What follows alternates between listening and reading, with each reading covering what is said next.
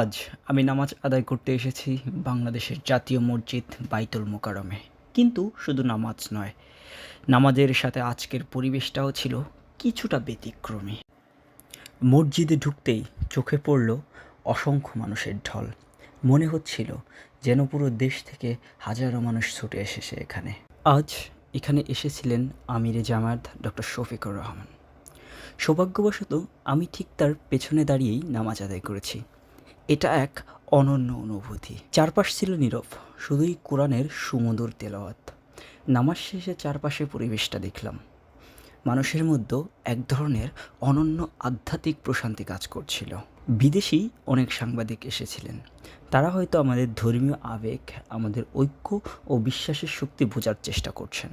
সব মিলিয়ে পরিবেশ ছিল চমৎকার। মানুষের ঢল, আস্থা, ভালোবাসা সব কিছু মিলে এক অনন্য অনুভূতি। এই অভিজ্ঞতা সত্যিই ভোলার নয়। বাইতুল মোকাররমে নামাজ পড়ার এই মুহূর্তগুলো আমি আমার ক্যামেরায় ধরে রেখেছি, যেন এই স্মৃতিগুলো চিরকাল মনে থাকে। সবাইকে আসসালামু আলাইকুম।